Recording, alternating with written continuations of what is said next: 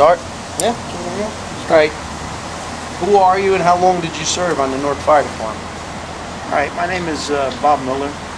I served 32 years and 8 months from May of '62 until January the 1st of '95. All right, now I'd just like for you to just give me some of your most memorable moments. I'm gonna break them up eventually, but right now, just moments that come into your mind that in the firehouse. Well, I could tell you about jobs that we had that were memorable in my experience as a. Give me years. Yeah, I can do that. As a deputy chief, I can recall we had 3 serious fires in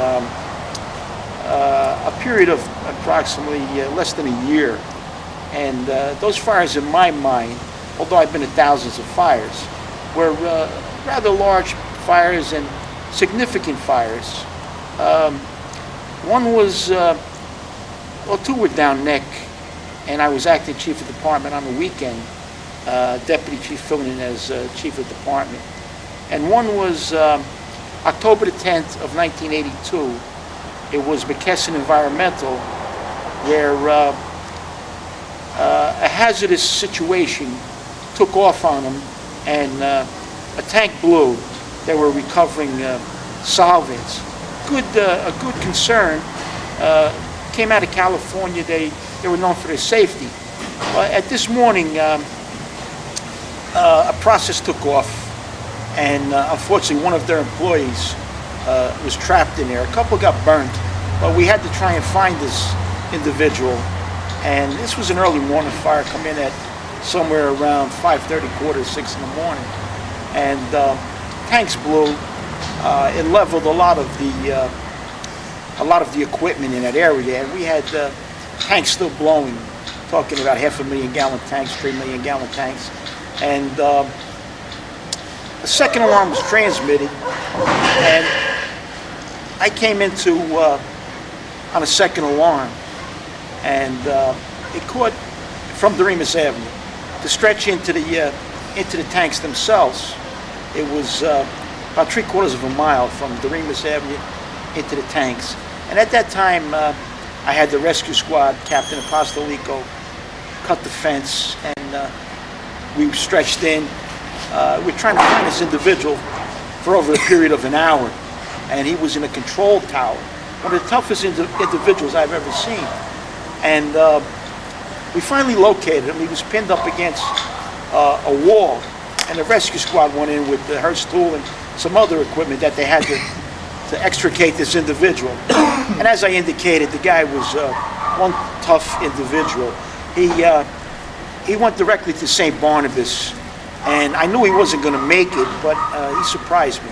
He lasted 31 days. He died November 11th up at the burn unit, and that was of significance to me, that fire itself. Another fire shortly thereafter was January of '73 when Texaco, Paragon Oil, was human error. They were pumping like 10 to 15,000 gallons a minute of gasoline from Carteret and into Newark, into the pipeline. And individuals didn't realize that the tank was overflowing for X amount of minutes, like 10 to 20 minutes. And the vapors finally found an ignition source at Central Barrel and Drum. And when it exploded, it caught one individual, an employee for the Texaco, in the fireball, and he was totally consumed in fire. Another individual who was going out into the car area to get their cars, he was saved. Nothing happened to him. That was 15 million gallons of gasoline involved in the tank, and one casualty, same as McKesson Environmental, both civilians. And the third fire in that period of time, less than a year, was the Prudential fire, the Gibraltar building, that occurred in August of 1984. and we lost a fireman in that fire, James Murray. At all of these fires, I was acting chief of department. I had to come in to take over command. And in that fire, the Gibraltar building, which started on the 7th floor, it was one of their employees that set the fire, and he was a pyromaniac. Subsequently, we found out that he did start fires in other buildings of the Prudential complex. And unfortunately, as I indicated, one of our firemen, a good fireman, a great fireman, James Murray, died. That was August the 12th of '84. All right, go back to when you first came on the job, when you were a fireman. What are your moments of you being a fireman, not a chief or a captain? A fireman, When you first came on the job, like what was your first? Yeah, I started out in a slow company. A friend of mine who was the FMBA president thought he was doing me a favor, and I guess in a way he was. They put me down neck in 16 engine, a good company, but a relatively slow company, 550 runs a year. Industrial section, very few residential fires per year, maybe 20, 25, something like that. Where it was involved like all hands or signal 11s. But I spent 6.5 years in 16 engine 16, and I was working part-time for my father. I was putting 60, 70 hours in his employment. So working the 42 in a relatively slow company it helped to save my stamina.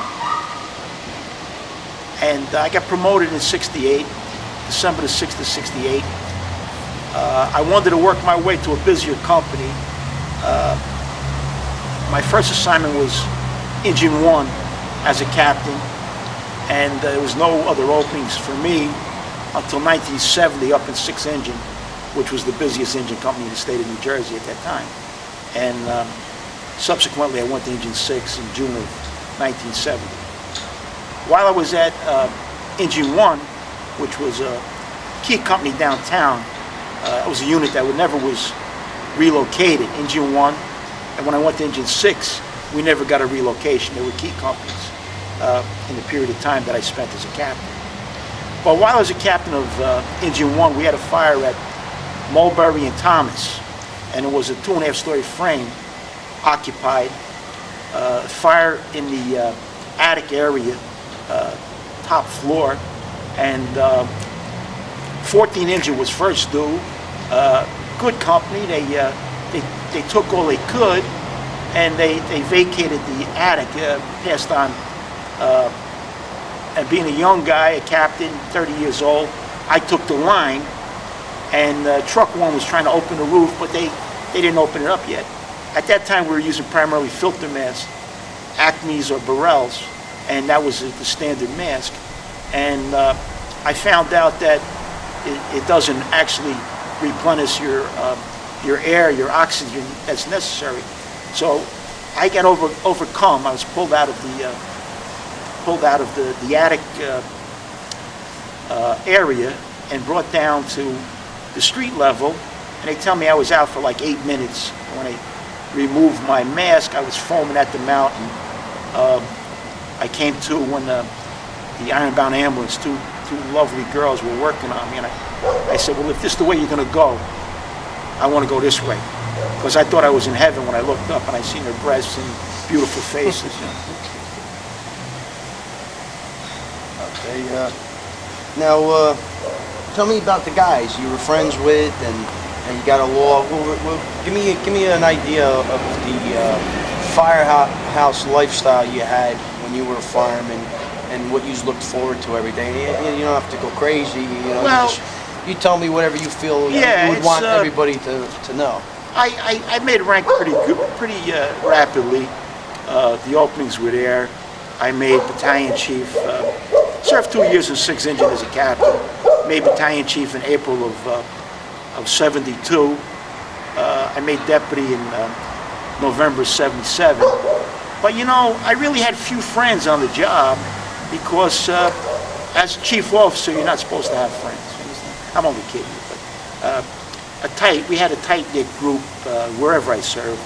one engine with the likes of Frankie Lapierre and the McCormick brothers and Richie Giuliano, I'm sorry, thinking of Dave Giuliano. But when I went to 6-engine, tremendous relationship with the guys.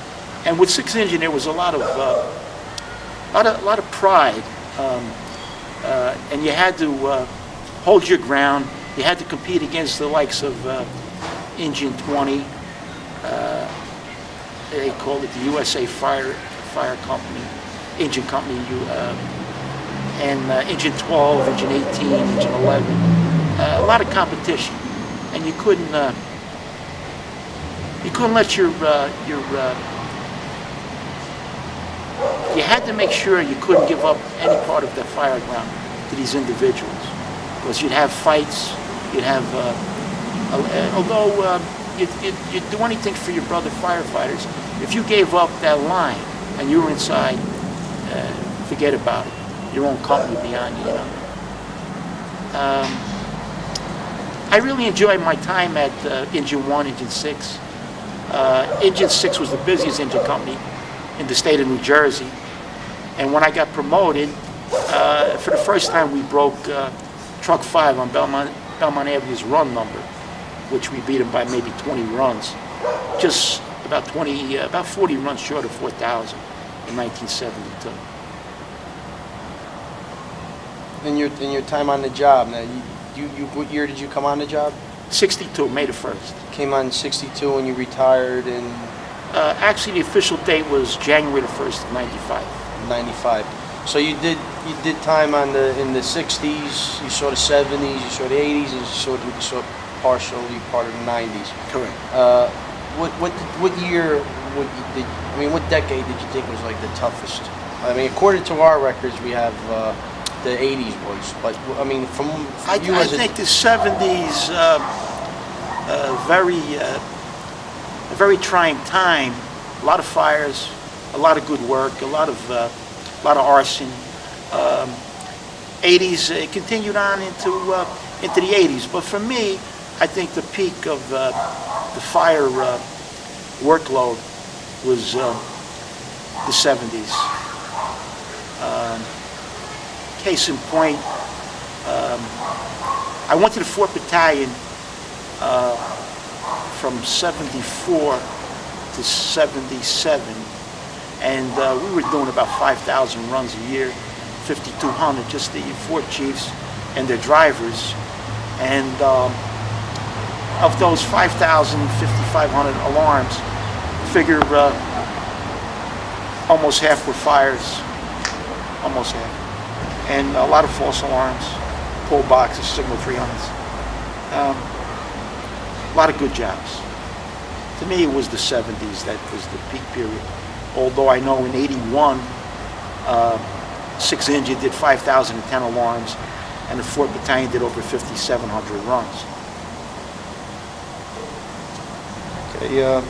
Now, nowadays you get more people to just figure that the fire department is like a simple job that anybody can handle the work. What would you like to tell somebody, anybody, it doesn't have to be any specific person, or, you know, just, what would you tell a person what it takes to be a Newark fireman, and what to expect before they catch their first job, and to know that, you know, and see and understand what kind of work that this job takes, and what it takes in a person, Yeah, to do the work? it's not a simple task. It's a great job.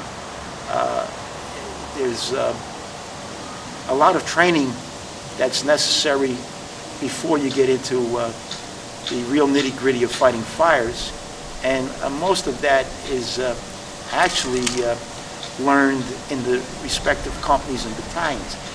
We have a great fire academy, and the initial, whatever it is now, 30 days, you learn a good percent of the basics, but the day in, day out job, the activity, the fires, is learned on the job and through your company officers and men, your fellow firefighters. Do you think anybody could do the job? Well, I don't think anybody can do the job. You have to be, it has to be in you. I know civil service or the Department of Personnel has a way of selecting individuals that they think are qualified to go to the academy based on their experience, based on their testing and their background check, and then it starts at the academy with whether you have it or you don't have it. And I always said to individuals that you can be a great guy or you can be less than a great guy, but as long as you know your limitations, you could serve in a slower company and do a great job. And then again, if that guy in a slower company goes up to the busiest company, he might not fit in. But there's a level where you find, and you got to depend upon the captains and the battalion chiefs and the deputy chiefs. Okay, how proud were you to be a Newark Fireman and move up into a deputy chief? Well, I was very... Were you proud in the same sense that you were a fireman, a captain, or were you just every year you were promoted, or every time you were promoted, you were just more proud of your position? Were you proud of just, in general, the whole fire department, everything you've served, everything you saw, how proud are you to, in your own words, to... Well, actually, I really enjoyed the job. When I was in a slower company, I couldn't wait to go to a busier company. And when I was a company officer, I took pride in, especially in Engine 6, being the busiest in the state of New Jersey, and still studying for promotion, making battalion chief, basically staying in the 4th Battalion and the 1st Battalion, then making deputy and going back, spent a short period of time in 2nd Division and getting up to the 1st Division in 1980. Okay, I ask a lot of guys I interviewed, what was your, it's a word that's around the firehouse, you know what it is, but what was your definition of it, a red ass? Oh, a red ass. A red ass is... what did they tell you a red ass was, in other words, when they first... I think that it's common knowledge, whether it's the Newark Fire Department or New York City Fire Department or LA. Red ass is somebody that's green, that's new, that has to learn what the job is all about. And I think it's more or less accepted that they're allowed to make some mistakes, but you could mess up at a job and they write it off as, he's only a red ass, which means he's new at the job. Okay. Were any really sad times that you remember that stick with you that you like to talk about? Oh yeah, sure. Mostly the deaths of your brother firefighters, and I can recall several jobs, and one of the jobs was at Orchard and Pennington in June of '72. I just got promoted April the 24th of '72 from captain to battalion chief, and they placed me rolling. But I got a call saying that there was a building collapse at Orchard and Pennington, and it was the guys on my tour, which was the 2nd tour. I wouldn't have caught the job as a captain, only they caught on the 3rd alarm to retrieve, to rescue and retrieve. And 3 of my friends were killed in this job, very close friends. 2, primarily Russell Schomer and Dominic Latour. And I knew these guys for a period of time, and Dominic was a fellow captain in Engine 12, and we were really tight. And me and Russell Schomer, we used to ride motorcycles, we'd do different things together. And they were killed, and I got to see them in the hospital, dead, and it was very trying. I knew there's always a possibility of this happening, and it did occur, and you're never prepared for it. What was the fire like? How did it happen? Well, actually, it was an arson job, and There's a vacant building, 3-story frame, Orchard and Pennington. From what I learned, that some of the building components, structural members, were removed. And when it was a routine fire, except it came down. And this is the way we normally tackle it: go in, put the fire out, do the overhaul. It was a typical 3-story frame job, which we've had thousands and thousands of these fires, and this one was out of the ordinary because it collapsed. And it injured many guys, and it killed 3 guys. And that was what year? That was June the 7th of 1972. If I remember correctly, there were a lot of firemen that died. I'm sorry, that was May the 7th of 1972. 3 guys got killed. But through all of 72, there were more firemen that died in 72, I think, than any other year. It's a possibility. I know 3 died at that fire. And the reason I'm bringing this up, June the 1st, Russell Strom, a very close friend of mine, he died on May the 7th, and I seen him. June the 1st, he was supposed to go down the shore and become a police officer, I believe, with the Dover Township. They just started a police department, and he was high on the list, and he left a wife and 4 children.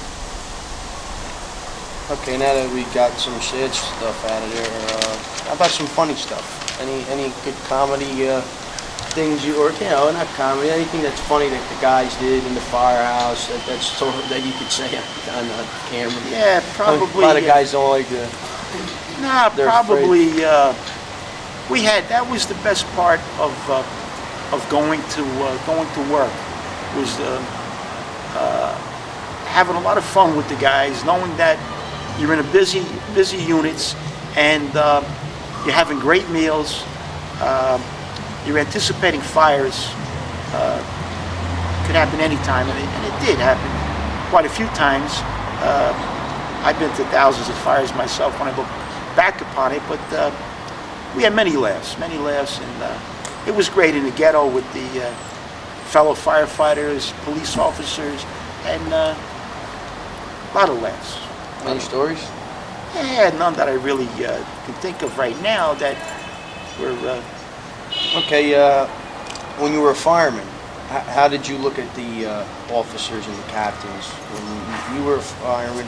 I had a lot of respect for, I still have a lot of respect for superiors. You know, my first captain, he was in Europe in the Second World War. He got hit with machine gun fire, and he was a 90-some% or 100% disabled, and a lot of respect. He was very cautious. He knew his job. Didn't want to see anybody get hurt. And you get to see different guys that have control of battalion chiefs, deputy chiefs. Try to emulate them somewhat, and you take a lot of their good, their ability, and you try to put it in your situation. As I indicated. As a battalion chief, you get to see a lot of things in the inner workings of the city, where there was a lot of arson and a lot of fires.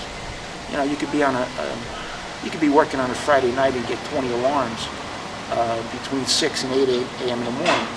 You might go to the projects 5-6 times. You might get a signal 11 or a 2-bagger, and you might get some civilians killed. You know, we were the fire death capital of the world for a long period of time, primarily because of the structures and the type of individuals that resided and the people that come in from the outside and torched them. We had as many as 48 fire deaths in a year. I mean, the average was probably 24, 25, but we were as high as 48, somewhere in between. We were the fire death capital of the world. I heard stuff about traps being set for firemen back then. Do you remember, was any true to that? Oh yeah, we had a lot of times they would booby trap you, and they'd have floors open and put something over to have you go through an opening. They would use different incendiary devices to get you to a point where you'd be in peril. If you did, we're unfortunate enough to get caught in this job. Did you remember any incidents occurred with Well, and why were they being done? Was this something that was done because the firemen? I mean, because I heard tons of stories about it that it was done to stop the firemen from putting the fire out because they were saving the property. I mean, there was many reasons that were brought up for the reason why they were being I have done. nothing factual. I think some of the people in their environment will look to cause injury to whether it's police or firefighters. They will look to set you up, and they would relish the fact that you were injured. I can recall them throwing Coca-Cola bottles off of the roofs of the projects loaded with sand, so it would do injury. As I indicated, making holes in the floor, coming up, maybe with a rug that you would think that there's a floor underneath, and it would be a piece of cardboard with a rug over it, and you go right through. I've seen this happen.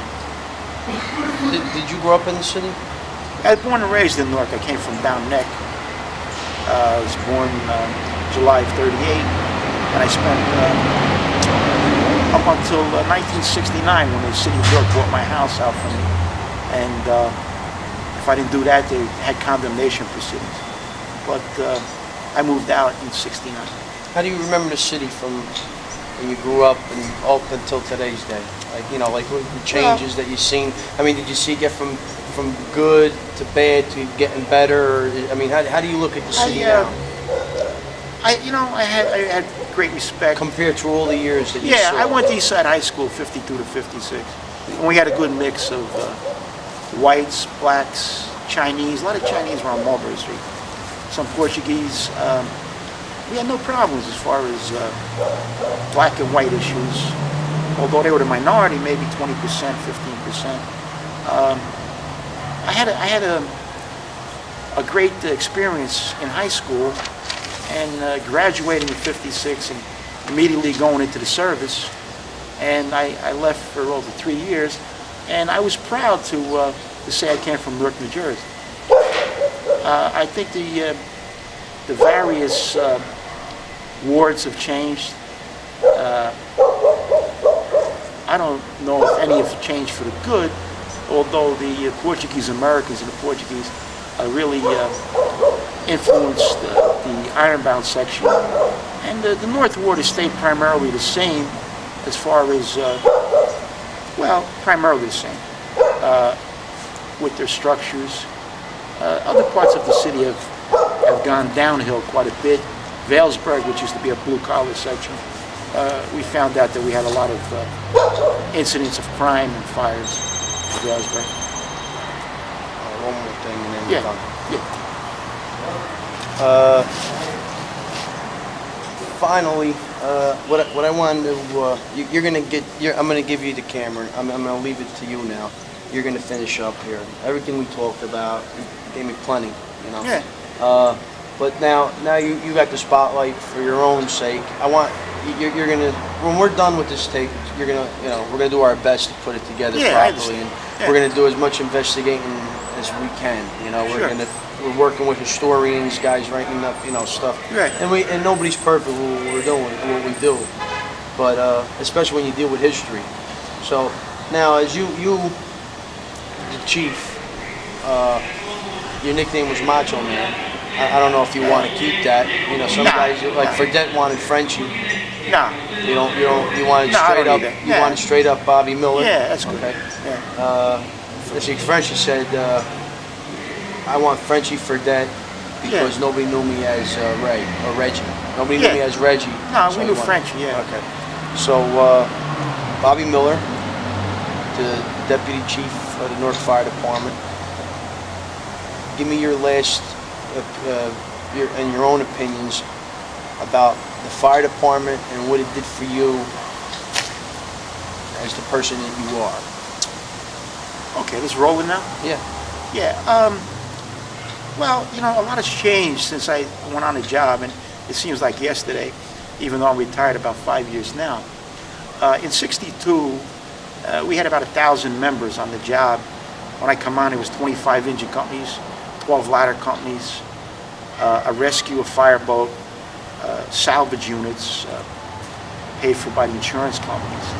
And that number has dropped significantly from 1,000 to 600 thereabouts. I don't know the TO right now, but I've seen the fire department go from relatively not busy to extremely busy. We used to average in the 70s about 22,000 alarms. Of that 22,000 alarms, 8,000 were for fires. They rounded off about 4,000 structure fires and 4,000 other fires, which could have been vehicles or dumpsters, but it was 8,000 fires. And somewhere around the same number of false alarms, somewhere close to that, one-third false alarms. But in the 70s and the 80s, we hit our peak period, I believe. And I see the workload coming down from what they tell me. And from when I retired in 94 or 95, the workload was descending. I think the department is in the right, has gained a lot of recognition, a lot of prestige. I think the training and the equipment is top notch. The caliber of officers, a vast improvement. If you go back to '62, it's like everything else. Modernization. The selection process, I think, is right up there as far as recruits. I think the officers are very capable, and I'm proud to say that I served 32 years on the Newark Fire Department, ascended to the rank of deputy chief. I spent 17 years as deputy chief. I was looking to become the chief of department, but it wasn't meant to be, so that's the way it is. Good. Done. That's perfect. Chief, Well, I gotta go. I gotta go I'm too. late.